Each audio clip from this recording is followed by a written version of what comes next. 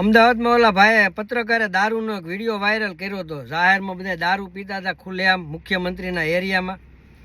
તો એની ઉપર કેસ થયો. પાછો એક કેસથી મજા ન આવી, બીજો કેસે કર્યો. પાછો ત્રીજો ઓલો જે દારૂ વેચતો હતો ને એણે એ પત્રકાર ઉપર કેસ કર્યો કે ભાઈ આ અહીંયા આવ્યો હતો ને આમને તેમને એવું બધું કંઈક લખાયું છે.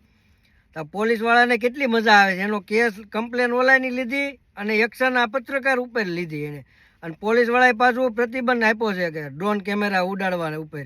એમાં કડક નિયમ કર્યો. પણ એણે એ નિયમ ન કર્યો કે દારૂ વેચાય છે ખુલ્લેઆમ અહીંયા તો આપણે એ બંધ કરાવી. એનો ઓલો કેસ નોંધાવાઈ ગયો ત્યાં આ દારૂ જે વેચતો હતો એ. અને એની પાછી કમ્પ્લેન પોલીસવાળાએ લઈ લીધી. આ જે પત્રકારે કમ્પ્લેન કરશે ને કાંઈ દારૂ વેચાય એનું કાંઈ સોલ્યુશન નહીં કરે. ઓલો ખોટો છે ને એને સપોર્ટ કરશે પોલીસવાળા. અહીંયા તમે આ ન્યૂઝીલેન્ડ આવો થોડાક 4-5 જણા, એકવાર બધા સાહેબો મેન તમને અહીંયા સિસ્ટમ બતાવું હું.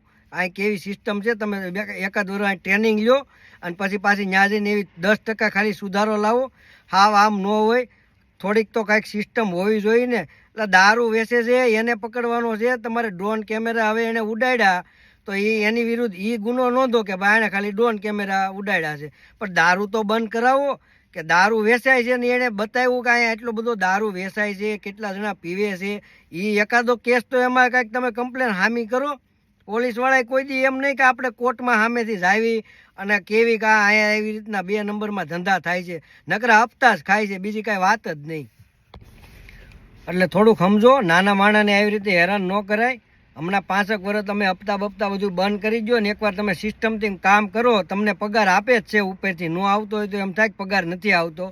એટલે થોડીક સિસ્ટમથી કામ કરો તો તમને મજા આવે. તમે ખાલી 5 વર્ષ તમે ટેવ પાડો સિસ્ટમથી કામ કરવાની, બહુ બધો ફેર પડી જાય. આખું સુધરી જાય. ભારત દેશ આખો સુધરી જાય. એક ખૂણો સુધારવો નથી, આપણે આખો દેશ સુધાર નાખવી.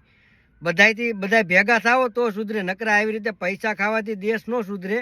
એટલે આવી રીતે જે દારૂ ઓલો જે વેચે છે એને બંધ કરાવો ને પત્રકારને જે કેસમાં તમે હાલવો છે ને એમાંથી કાઢી નાખો બહાર અને ઓલાને હાલવી જોઈએ એની જગ્યાએ.